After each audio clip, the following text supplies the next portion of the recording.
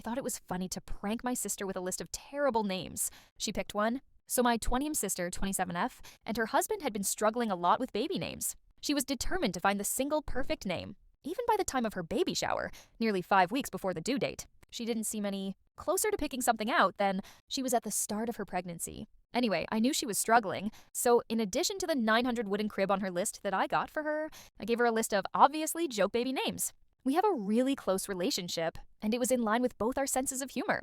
She's a nurse, and I'm a biology student, so all the names were medications, infections, unpleasant animals, etc., that all sound like lovely girls' names out of context. Some of them were a little bit obscure, sure, but I included some obvious ones like Viagra and hernia for good measure. 2 weeks later, she told me she and her husband had finally settled on a name. Malasizia.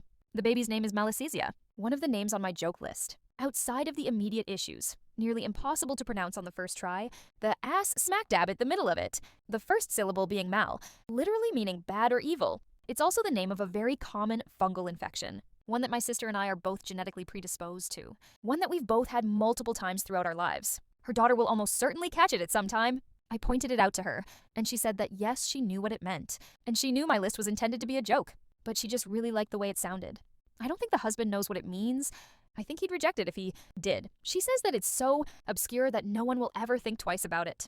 Except, when little baby Malasizia turns 14, finds a weird spot on her neck, and goes on her phone to Google what it is. I told her that the name was completely unacceptable, and I was shocked that she chose it. I even suggested some similar names, like Mallory, Azalea, or Anastasia. That would be more acceptable, but she wouldn't hear it. She said that since I'm not one of the parents, I have no business telling her what she can and cannot name her child, and that I'm stepping way out of line. I think it's pregnancy hormones, and she'll regret the decision very soon after her daughter is born.